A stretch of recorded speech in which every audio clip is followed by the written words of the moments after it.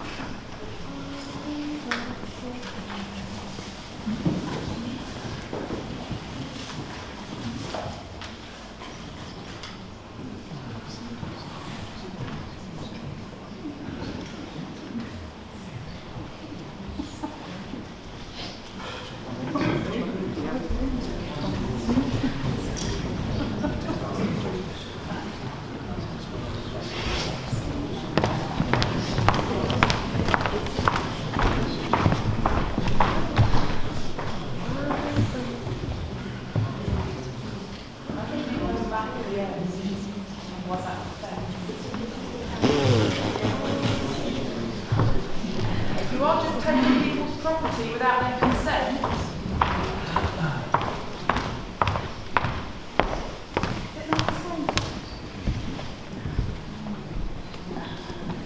It's because the cameras are there, they don't want to see how much opposition there is. I didn't realise you were a policeman. Oh.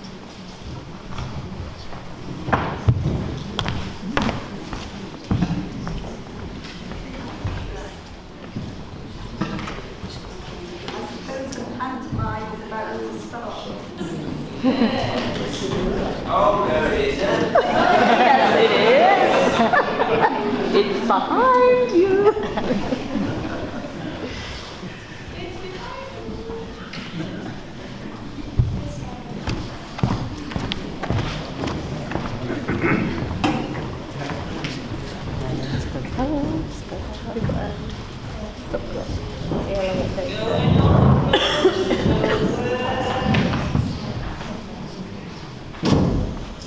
Right, thank you. We can now begin the meeting, just to explain that all council meetings have to be conducted in accordance with the council's constitution. That includes the removal of any banners and placards. First of all, just to mention that this meeting is being filmed by the BBC, by the council, and also by others. And if anybody does not wish to be filmed, then obviously they need to move to a place where they can't be seen by the cameras. Just to explain the procedure, as with all planning committee meetings, the planning officer, Tisel Batchley, will introduce the item. We'll then invite Andrea Needham, lead petitioner, to speak for 5 minutes. Will then be the chance of councillors to ask questions of Ms Needham. Then a representative of SeaChange, who I believe is John Shaw this evening, is that correct? Yes.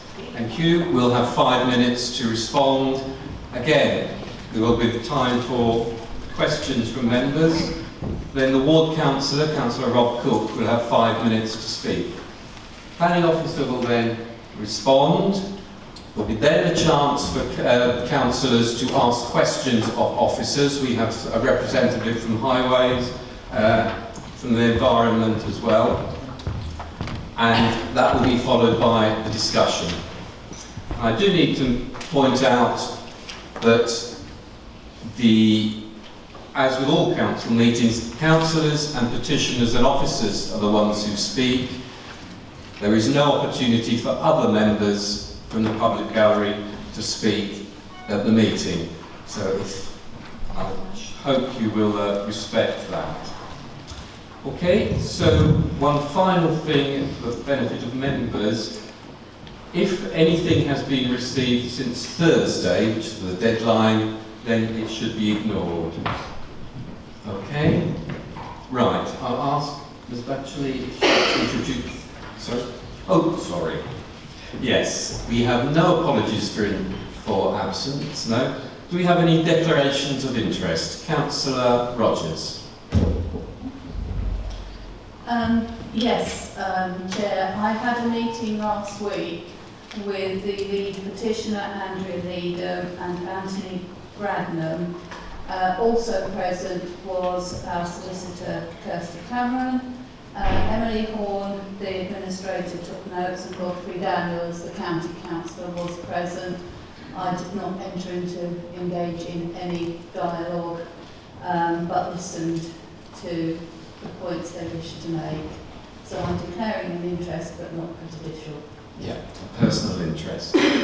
And in a similar vein, Councillor Wincott and I were at a public meeting a couple of weeks ago, and the subject came up, and again, we listened to the points put forward by the person there. And of course, all members have received numerous communications on this subject. Councillor Lee, did you want to? Yes, Chair. I did have a meeting with the residents 2.5 months ago. They wanted to speak about this topic. I do not prejudice myself at all. Simply told them that I would use my best judgment with the evidence laid before me. The meeting took place in the temple. Thank you. Okay, now you'd like to introduce this item. Good evening, members and everybody. I apologise, this is going to be a rather long introduction. You recall that this committee considered this planning application in February earlier this year, and at that time members granted conditional planning permission on the advice of your officers. In the intervening period, the Council was advised that the committee report did not adequately draw members' attention to the requirements of policy DM6, and the proposal indicated that air quality effects would breach local, national and EU. Could you speak up a little bit, please? The air quality. I don't think I can shout, I'm going to try and bring this closer. Since that time, the applicants have submitted further information in the form of a letter, revised chapters from the submitted environmental statement on transport, air quality and ecology. This further information has been subject to consultation with statutory consultees and local people, and the consultation responses are reported to you. In the period since today's report was published, some 81 further comments were received from local people, and these covered a number of topics, many of which have already been reported. Further issues raised are that the air quality standards regulations are not met, not mitigated and are unlawful, that there are important lower plant assemblages in the ancient woodland that will be affected by nitrogen deposition, and that the whole of the local wildlife site should have been assessed. Please note that there is a mistake in the report at paragraph 6.75. The policy referred to should be EN3 and not EN1. The application proposals have not changed since the last committee, and so this presentation is an update on the previous one. So I will not repeat the description of the road development in detail, but I'll take you through the issues. The Queensway Gateway Road has policy support in principle. It is allocated in the Council's development plan, and the principle of linking Queensway to the A21 has been a strategic objective for many years. The new road has support from the County Council, other departments at Hastings Borough Council, Rother District Council and the South East Local Enterprise Partnership. The benefits of the Queensway Gateway Road could be summarised as this. It will release land for employment generating floor space. It will improve connectivity and highway capacity in the area. It will reduce congestion, particularly in the areas around the ridge, and it will support the role of the Hastings-Bexhill Link Road, unlocking the growth corridor. There has been some querying of the number of jobs to be predicted by the development, particularly as the amount of floor space to be delivered is reduced in the transport assessment. But the employment estimates in the environmental statement are based on floor space figures in the development plan. There are environmental implications for the new road, and these are important considerations that have weight in deciding whether the new road should be granted planning permission. You will see in the report there have been some changes in the estimates of traffic generation associated with the new road. These have knock-on implications for the air quality issues on both human and ecological receptors. The traffic generation figures have been revised downwards. The previous traffic figures were subject to errors by the applicant's previous highway consultants. The revised traffic estimates are supported by the local highway authority. It takes the view that the revised estimates are more robust and based on more realistic estimates. It had accepted the previous estimates because even with the higher unrepresentative figures, the Queensway Gateway Road would still operate within capacity. The current traffic modelling includes all of the traffic anticipated with the allocated land in the Little Ridge and Ashdown area, which includes employment land and housing land set out in the development plan, as well as the impact of the Bexhill-Hastings Link Road. The modelling shows that without the Queensway Gateway Road, there would be more congestion in the areas of the Ridge, Harrow Lane, Battle Road, Maplehurst Road.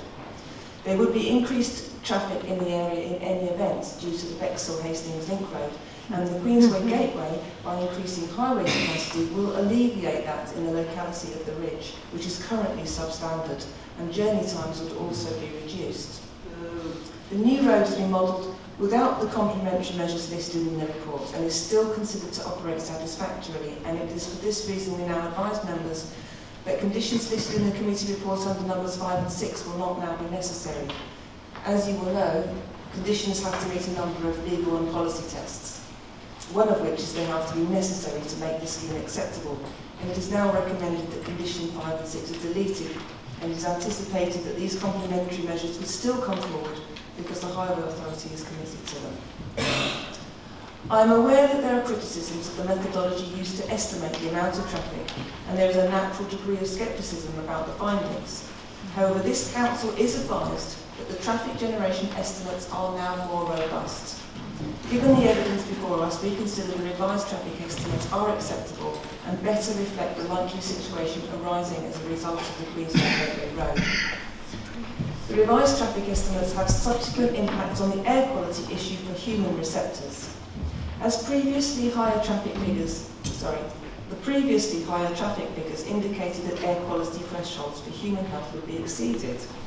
Any predicted exceedances of these air quality thresholds for human health would fail to meet policy DM6 and the adopted development plan, as well as fail to meet air quality regulations and EU directives.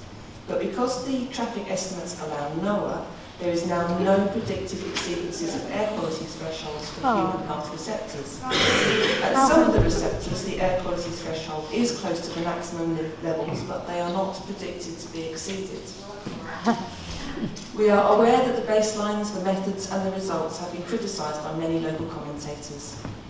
For nitrous dioxide and particulates, DEFRA background concentrations are used as a baseline onto which modelled effects of emissions are added.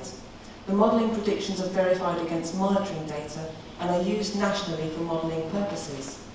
It is expected that pollutants from emissions will decrease over time due to advances in technology. The Council has sought the advice of ACON, an independent environmental consultancy who has considered the criticisms in the latest objections and confirms they are satisfied with the methodologies used by the applicant's consultants. So as there are no exceedances of nitrous dioxide and particulates as a result of the new road, there is now no conflict with the statutory requirements or with policy DM6. The new road is still expected to have an impact on ecological receptors. This takes two forms: the loss of habitat and the impact of airborne pollutants. On the former issue, there will be mitigation in the form set out in the report: nocturnal friendly lighting, oversized culvert, construction management plan, barriers, habitat creation, etc.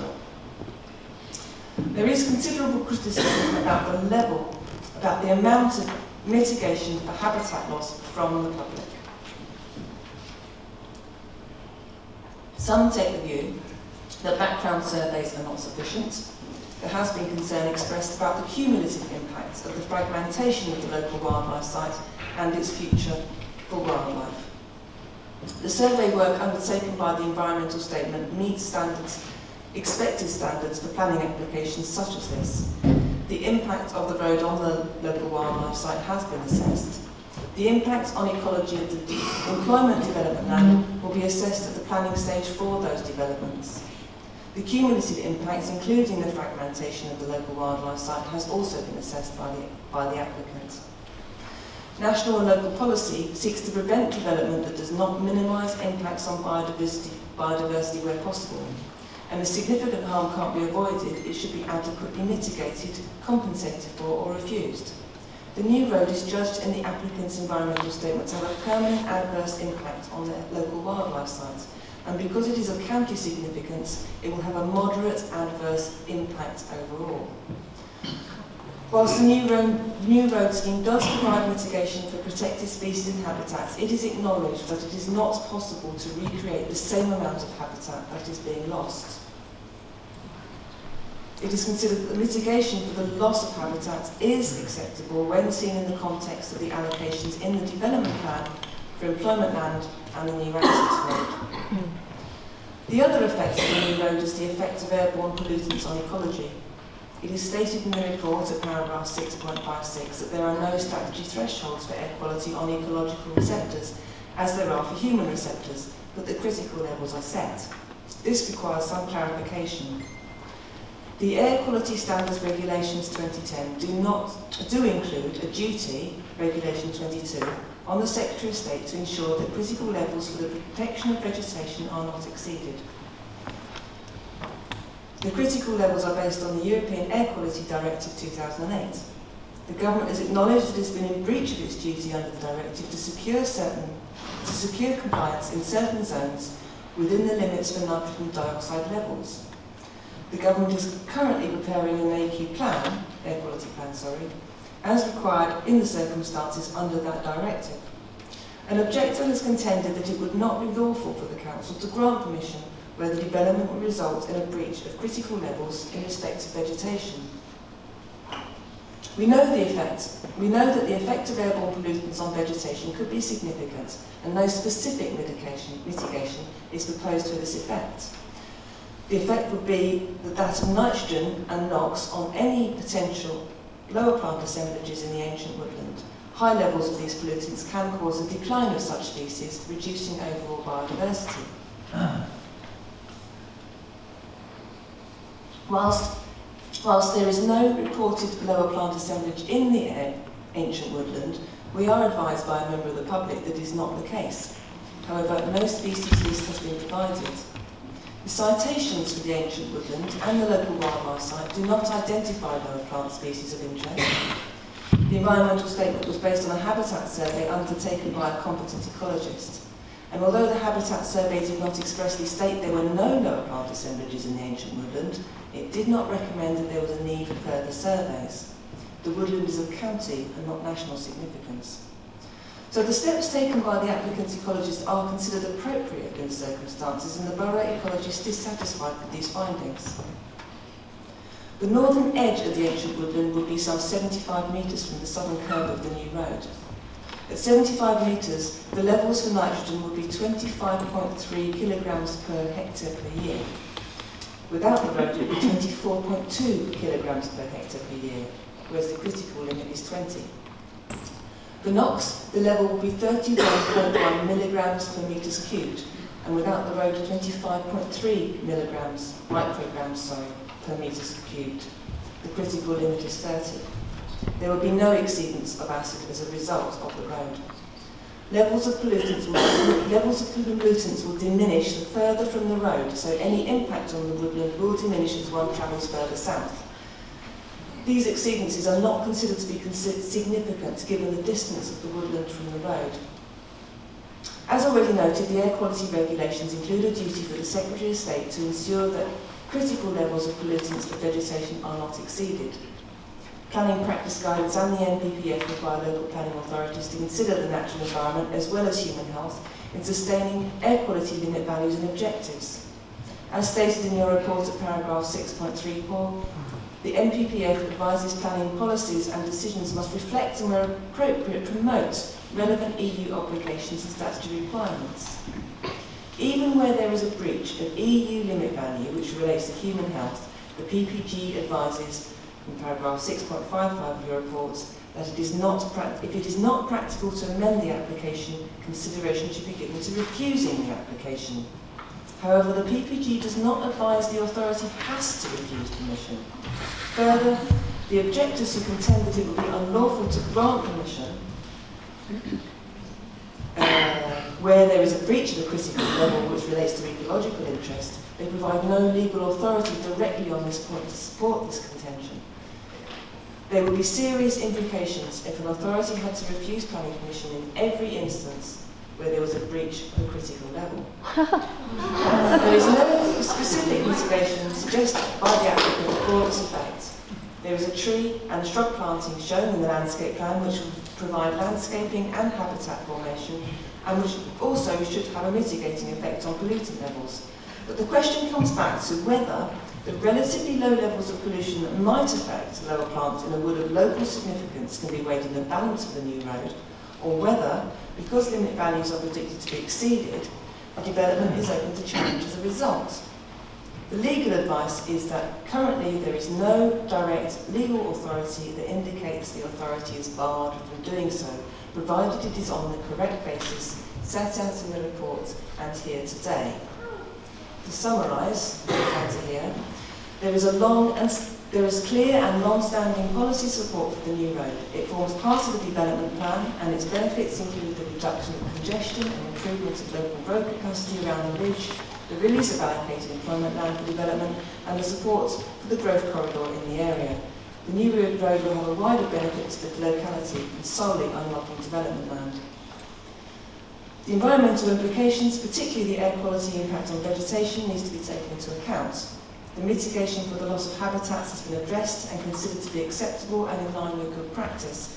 As air quality critical limits for vegetation are predicted to be exceeded, consideration should be given whether this committee should refuse the application. But it is your officer's opinion that the benefits of this development with mitigation outweigh the harm to ecological interests, and I recommend that the planning permission should be granted, subject to the conditions listed, except numbers 5 and 6. Thank you. Now, Mr. Batchelor, would you like to add a few words? Thank you, Chair. I just wanted to add that in addition to the deletion of 5 and 6 that Giselle has mentioned, there were some errors in the condition numbering in the report. So any members that are minded to recommend that the application be approved, Conditions, as they stand currently, because the numbering will need to change, but conditions 3, 16, 17, 18, 19 and 21 all make reference to a condition 24, which is about the phasing of the development. Those conditions will obviously need to be amended to make reference to the correct numbering if approved. And also, note number 5, note to the applicant that is, refers to conditions 4 and 10. That will also need to be amended to make reference to the correct numbering if the application is approved. Thank you. Okay, Ms. Needham, it's your turn. If you come up to the microphone here. Take a seat. Right, so can I just, this is something which I have submitted to the council. Yes, we have received. Yeah, yes, we have received that. Well, no, you can't pass anything around. No. It's already in the planning objective. Exactly. So, can you? Just so nobody can say. This has already been circulated, so members will have seen it. So, Some people didn't see them. so obviously there's no harm in re-circulating it.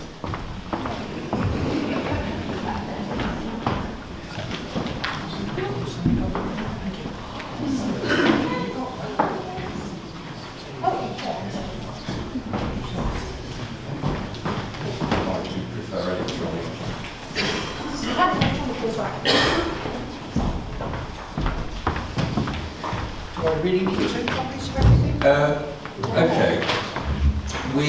There's a clock over there which will start counting down, just in front of Councillor Rogers. It's blank at the moment, but once you start, it will start counting down. If you press the button on the microphone whenever you're ready and start in your own time.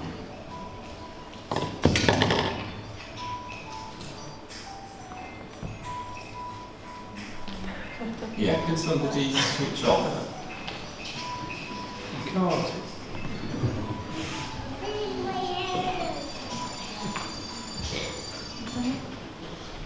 Thank you.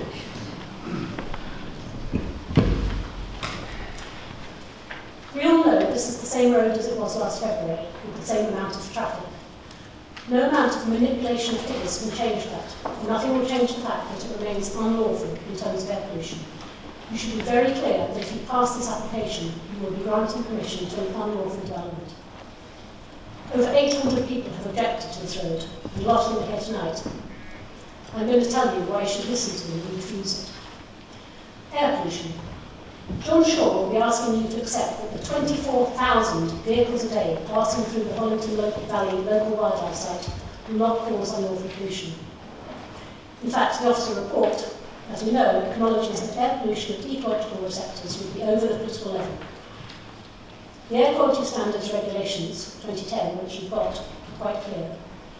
They give a critical level for the protection of vegetation, which is exceeded by this development by some 500%, and say that the Secretary of State must ensure that the critical levels set out are not exceeded. You too, as a planning authority, are under a duty to ensure that those levels are not exceeded. Secondly, the issue of traffic. SeaChange states that their initial traffic assessment based on 23,000 square metres of floor space is wrong, and that there will only be 12,000 square metres. So the traffic and the air pollution associated with the development will be lower. But there's a very basic accounting error, which is that while the proposed floor space has been reduced by 41%, the predicted traffic associated with the development has been reduced by 77%. That can't possibly be right. And even with the miscalculated traffic figures, the air pollution at one of the residential receptors is just a hair's breadth below the legal maximum. If the figures were calculated correctly, there would undoubtedly be unlawful air pollution at residential as well as ecological receptors. The revised calculations take no account of the recent vehicles emissions scandal. SeaChange has not a word to say about this. But figures show that 4% of cars in the UK are affected, with each one emitting up to 40, that's 40 times as much nitrogen oxide as previously thought. These cars would inevitably push the pollution levels of residential receptors above the limit. You must refuse this application if you're not certain it will be lawful. Also, the latest calculations have taken no account of the anticipated increase in traffic to be generated by the North Bexhill Access Road, which has its own issues with air pollution. Thirdly, conflict with planning policies. The officer report admits that the road would be in conflict with 4 HBC policies.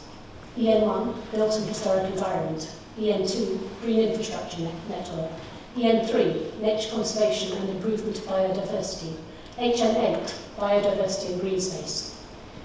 It would also be in conflict with DN6, Pollution and Hazards, which is quite clear.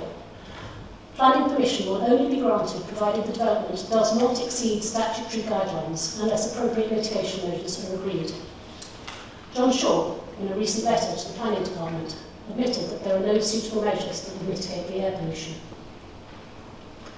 The road would also conflict with the 6th policy, EN6, Local Wildlife Sites. This states that development proposals within or adjacent to local wildlife sites will only be permitted where there is a local need which outweighs any harm to the nature conservation interest. The local need is claimed to be the need for employment land. SeaChange originally claimed that this site would create 1,370 jobs. If you've read my full objection, you'll know that that figure could never have been created on that site. It was pure fantasy. You will also probably know that SeaChange, or its precursor SeaSpace, has a number of failed projects nearby. Enviro 21 was supposed to create 500 jobs, but has created 24 and now stands half empty. North Queensway was supposed to create 700 jobs. To date, it has created none. Even the single employer that will be moving onto that site will simply be moving from elsewhere in Hastings and creating not a single job in the process. SeaChange has shown that its projects don't create jobs. It would be utterly wrong to give them permission to spend another £15 million of public money on developing yet another site, destroying a valuable wildlife site in the process. There is no local need for the development, and the road would create unlawful levels of air pollution. We're at a critical point in human history. We are threatened with catastrophic climate change, as well as unprecedented levels of habitat and species loss. By continuing to act as if none of that matters, we're betraying future generations. We should be doing everything in our power to preserve our green spaces and to reduce carbon emissions. Law and natural justice mean we must refuse this planning application. Thank you.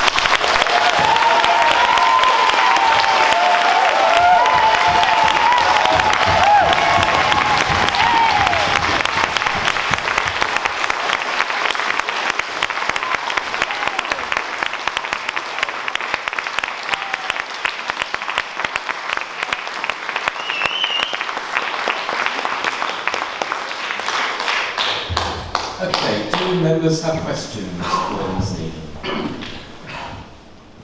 Councillor Lee. Thank you, Chair. Thank you for your presentation. I know it's not easy to come and speak like this. You mentioned there about wildlife sites and the value that as a wildlife site. Do you have a definitive list that's been proven of wildlife that lives there, and in what sort of numbers as well? As part of the planning application, SeaChange submitted the the environmental statement and the designation report for Hollington Valley. So when it was designated an SNCI, which is now called a local wildlife site, a report was written. And if you look at that, it makes it very clear. It's described as one of the best wildlife sites in Hastings. It's described as a major wildlife corridor. It says it is invaluable and irreparable place. It has very rich meadowlands. It has protected species, including dormice, bats, badgers. It has a lot of reptiles. It has a lot of lower plant assemblages, which one can argue about, but which means lichens, liverworts, mosses, which are very important. It's a very rich site. It had ancient woodland on the side of it. And it's a site which people have been using for decades. I met a man there last week who said he'd been walking his dog there for 40 years. And it's a very, very special site. And I think you need to think very, very carefully before you agree to grant permission for a road and 24,000 vehicles a day going through the middle of that site, and then the site to be covered in concrete for more business parks, which we don't need. Thank you. Councillor Wincott. Thank you, Chair. Good evening. I want you to imagine that the application is off the table. It's not going to go ahead, and the link road opens when we still don't know. Right, okay, so we'll actually open. Good, good. Somebody's travelling from Bexhill to London, and they'd have to use the Ridge West and then right turn into Junction Road at peak periods. So there will be huge queues, massive queues. Now you and the campaigners have done loads of research, we've received loads of correspondence, so I'm guessing that you're in touch with lots of experts. So I'm just asking you about this. Have you concerns about pollution levels as a result of idling traffic trying to turn right from Ridge West into Junction Road? And do you have any figures or projections so we can compare this application with what would happen if we do not approve?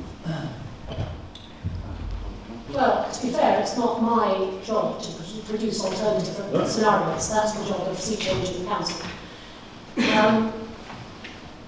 My interest is in this site and Wellington Valley Local Wildlife Site. We know that there are going to be unlawful levels of air pollution. In terms of what will happen when the link road opens, I think none of us can say. Obviously, I think the link road was a huge mistake, which has caused a tragic loss of habitat. And I think that the County Council and the Borough Council could have done vastly more to have reduced demand for roads. Because you can't just keep saying, we'll build more roads. You know, people can drive and then we'll build more roads. And more people buy cars and then we need more roads. Because it never stops. At some point we have to say we have to reduce the demand. We have to have proper, sustainable, decent public transport. We have to get people out of their cars because we're in a critical situation here with climate change, and we cannot just keep on building more roads. And I don't know what will happen to that traffic, is the answer. What I do know is that this application is unlawful, and that you should refuse it. Not only because it's unlawful, you should refuse it for the sake of your children and the future generations who are losing their spaces, and they're affected by appalling scenarios of climate change. And at some point, somebody has to put their foot down and say, enough.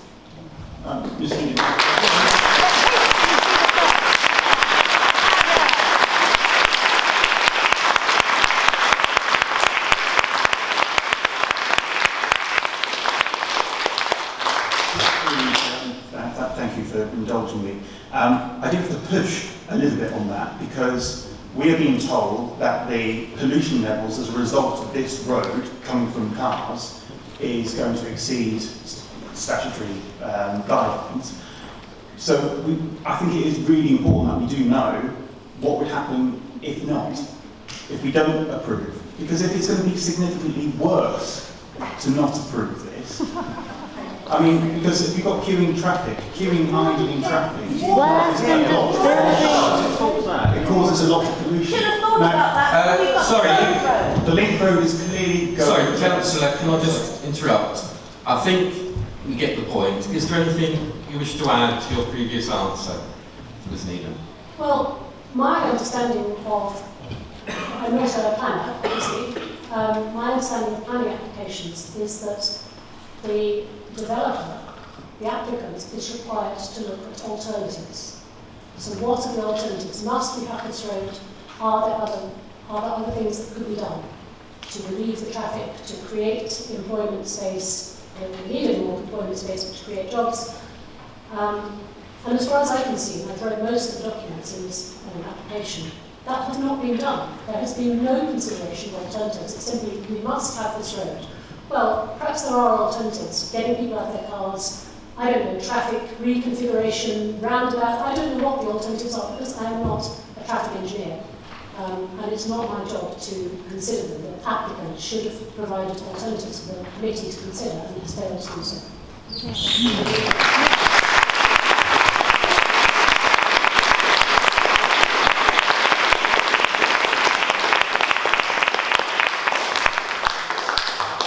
Okay, if there are no further questions, if you'd like to take your seat, thank you, Ms. Needham. And Mr. Shaw, would you like to come and take a seat?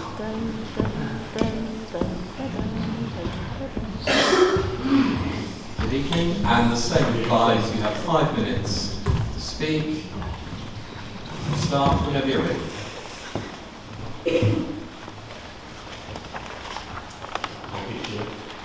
If you press the button, the microphone should come off.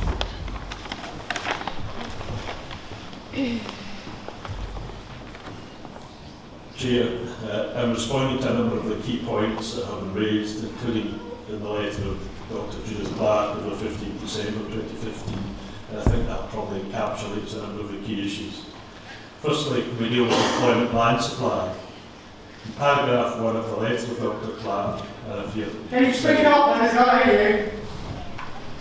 In paragraph 1 of the letter of Dr. Clark, it is argued that there is no requirement for further employment land to be served by the Queensway Gateway Road. However, the purpose of the planning system is to plan and provide for future requirements. The current allocations that will be directly opened up by the Queensway Gateway Road are contained in policies LRA 7 and LRA 8 of the adopted Hastings Development Management Plan. These allocations were made following an evidence-based assessment and public inquiry prior to adoption by Hastings Borough Council. The allocations were based on Hastings Borough Council's Employment Strategy and Land Review, published in 2008 and further updated in August 2011. This document was produced in accordance with Planning Policy Statement No. 4 and identified the need for net business floor space of 68,571 square metres, gross business floor space for choice of sites of 82,285 square metres. Queensway Gateway Road also performs a strategic function in serving as an important element in the A21, A259 Hastings Bexhill Growth Corridor, comprising Queensway and its various employment allocations, the Bexhill to Hastings Link Road, and the North Bexhill area, which serves a wider business and community in East Sussex. Queensway Gateway Road therefore occupies a pivotal role in both Hastings Borough Council and Royal District Council, realising their housing and employment requirements, increasing connectivity and reducing congestion along the ridge.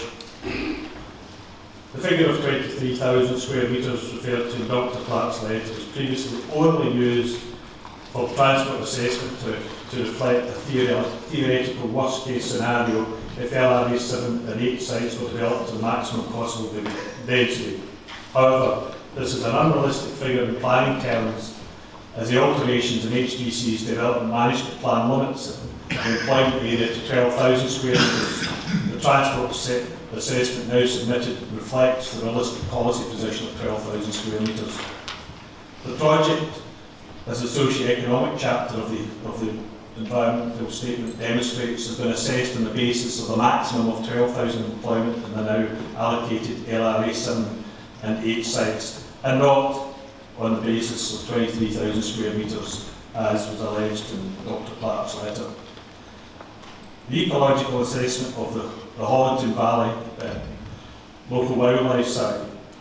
Dr. Clark's statement that the ecology assessment fails to recognise the Queensway Gateway Road will affect the Hollington Valley local wildlife site, including by fragmentation, is not correct. Paragraph 11.5.3 of the ES Ecology and Nature Conservation chapter states that construction of the Queensway Gateway Road will result in the loss of 2.33 hectares of Hollington Valley SNCI, 19.2% loss of the total SNCI area, and will result in severance and fragmentation of the LWS, a sector of county importance. This habitat loss and associated fragmentation is considered to be a high magnitude impact, permanent RDS, on our sector of county regional importance, and therefore represents an effect of moderate significance. The assessment extract above recognises that Hollington Valley LWS is a sector of county regional importance and not of local importance as quoted in the letter. In the context of the local wildlife site, the ancient woodland is likely to be the habitat associated with the greatest potential to support local lower plant interest, and is likely to be the most sensitive habitat receptor to excessive NOx concentrations. a Phase 1 field habitat and higher plant survey of the site, including the ancient woodland area south of QGR, was undertaken by an experienced botanist in 2013 and is reported in the ES and Technical Ecology Report. As part of this survey, there was no indication that the lower plant assemblages, bryophytes and lichens of the woodland were of particular nature conservation importance or warranted follow-up specialist study. This view was supported by a review of the LWS citation, which made no mention of lower plants being an important component of the LWS, and by the biological record set. Thank you, Mr. Shaw. I'm sorry, but you've had your 5 minutes. We have to be fair on both sides. Thank you. Do members have questions for Mr. Shaw?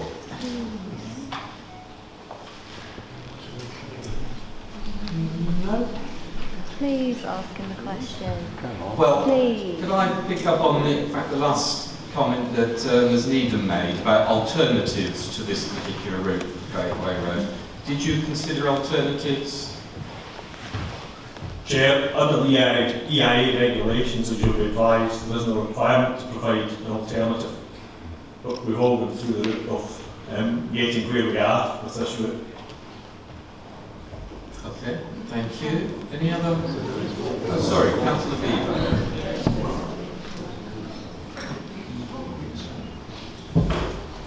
Thank you. Thank you. Good evening. The previous person stated that there was a number of buildings that were currently unoccupied at the moment, including Queensway, as part of the Queensway development. How would you comment on the fact that more buildings and more industrial areas could be built in the future because of this? And do you think that they will be occupied over time? Firstly, I would reiterate what I said earlier. The level of employment, land supply and of buildings that's required is something that you are statutory duty to produce an evidence-based requirement for. So that's the answer, is where the evidence base lies for. In terms of the buildings, I'm not aware of any buildings on Queensway that are presently unoccupied.